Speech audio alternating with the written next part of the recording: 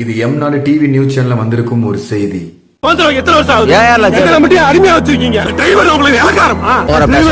Full video link டிஸ்கிரிப்ஷன்ல கொடுத்திருக்கேன் பாருங்க. எவ்வளவு தெளிவா ஒரு உயரதிகாரி பிளான் பண்ணி ஒரு வீடியோ எடுக்கிறாருன்னா அவர் ஏதாவது தப்பான வார்த்தை பேசுவாரு? பொதுவா சொன்னேன், இதெல்லாம் போலீஸ் டிபார்ட்மெண்ட்டுக்குள்ள பேச வேண்டிய விஷயம்.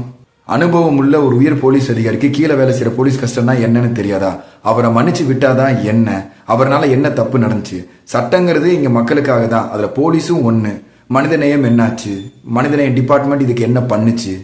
பொதுவா சொல்றேன், பேச தெரிஞ்ச உயரதிகாரி இங்க அழகா தெளிவா பேசுறாரு. எதிரில கீழே வேலை செய்யறவரு ஒரு சிலது அறிவா பேசினாலும் ஒரு சிலது பேச தெரியல.